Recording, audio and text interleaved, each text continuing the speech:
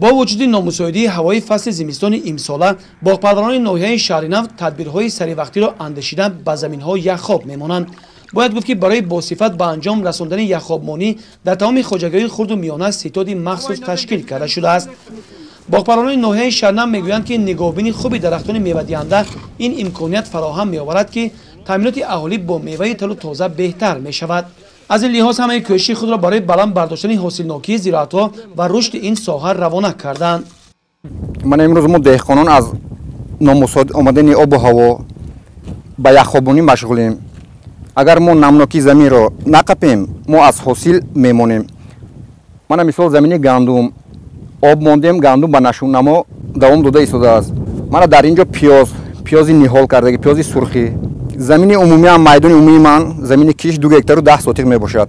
از آن 60 ساتق پیاز بخی، 50 ساتق گندم، 1 هکتار باغ می باشد. یخ‌آبمانی در باغ‌ها هم ادامه داده ایستاده ایم. اگر از ما از یخ‌آب نمانیم بنابر سبب مساعد آمدن آب و هوا از حاصل میمانیم. من سال گذشته به هممون معلوم است که در وقتی در کاری نبریده در بهار وقتی گلی درخت به برف بارید، برای همین ما از حاصل ماندیم. این به ضرر دهقان می باشد. در حالت نگاهبینی درست درختان باغداری هم ساحه سردرآمد به حساب می رود.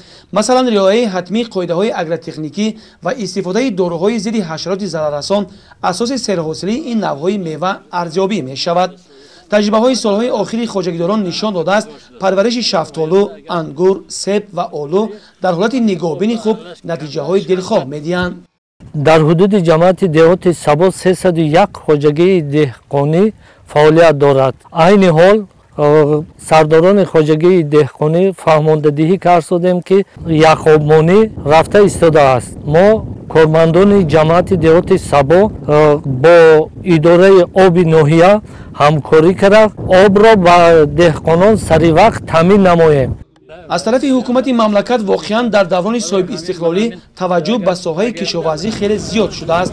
البته همه این دستگیری‌ها در دایره برنامه‌های جداگانه باید به استفاده مقصدناک زمین راه اندازی گردیده، نتیجه آن فراوانی و ارزانی در بازارهای مملکت و به این واسطه تامین زندگی شایسته مردم تاجیکستان میباشد.